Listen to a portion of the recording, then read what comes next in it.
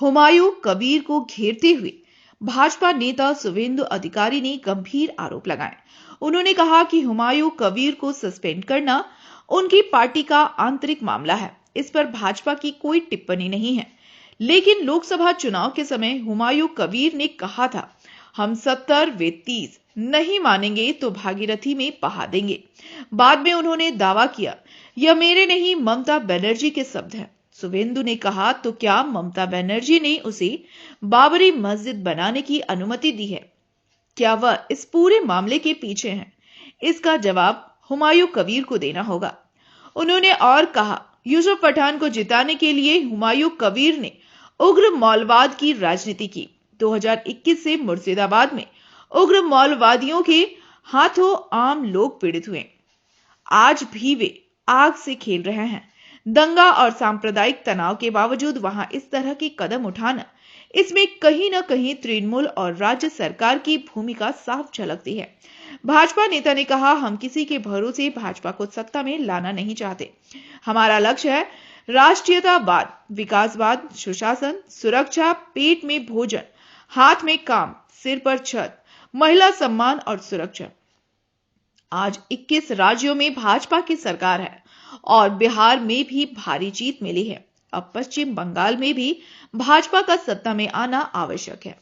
জাতীয়তাবাদী তাদের সঙ্গে তো আমাদের কোনোদিন সংঘাত ছিল না। আমাদের সংঘাত তো পিএফআই, সিমি, আনসারুল বাংলা, হিজবুল মুজাহিদিন এই ধরনের জঙ্গি গোষ্ঠী যারা ভারতকে বিশ্বের মানচিত্র থেকে নষ্ট করতে চায়, যারা পাহেলগামের মতো ঘটনা ঘটাতে চায়। আপনি এই নন্দীগ্রামে বলুন 2021 সালে মিথ্যে করে আপনাদের কোনো সংবাদ মাধ্যম মুখ্যমন্ত্রীকে খুশি করার জন্য শুভেন্দু অধিকারী হেরে গেছে বলে প্রচার করেছিলেন। তারপরে বিকেল থেকে কি অত্যাচারটা এখানে নন্দীগ্রামে হয়েছে সাধারণ মানুষ হিন্দুদের উপরে, এটা এখানকার মানুষ দেখেছে।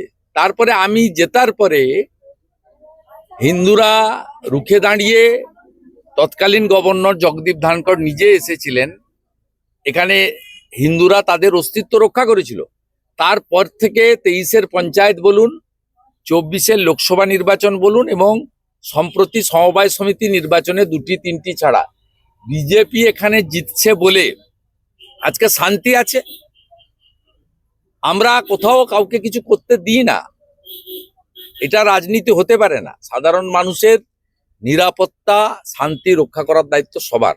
আর এই এসআইআর নিয়ে আমাদের যে বক্তব্য বারে বারে দেখেছেন যে মুসলিমরা আমাদের ভোট দিচ্ছে না, দেয় না, আমরা তাদের ভোট চাই কিন্তু পাই না।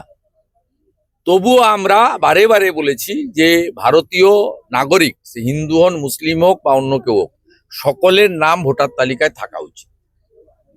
আজকে হুমায়ুন কবিররা যে আগুন নিয়ে ওখানে খেলছেন, যেভাবে কিছুদিন আগে বেলডাঙ্গাতে 1 বছর আগে কার্তিক পুজোতে যে ধরনের ঘটনা ঘটেছিল, তার আগে রেজিনগর বেলডাঙ্গা রেল স্টেশন যেভাবে পুড়িয়ে দেওয়া হয়েছিল, যেভাবে 2023-এ রামনবমীর সময় শক্তিপুর রেজিনগরে সাম্প্রদায়িক অশান্তি বা দাঙ্গা হয়েছিল, তারপরে ওইখানে এই ধরনের কাজ করার জন্য যে উদ্যোগ তারা নিয়েছে, এটাতে প্রচ্ছন্নভাবে আমার মনে হয়েছে রাজ্য সরকার এবং তৃণমূল কংগ্রেসের মদত রয়েছে।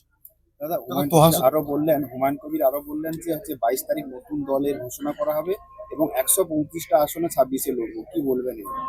দেখুন, আমরা কারোর ভরসায় ভারতীয় জনতা পার্টিকে পশ্চিমবঙ্গে ক্ষমতায় আনতে চাই না, বা মানে আমাদের কোনো অন্যরা কি করছে আমরা জানি না। আমাদের বক্তব্য রাষ্ট্রবাদী, বিকাশবাদী, সুশাসন, সুরক্ষা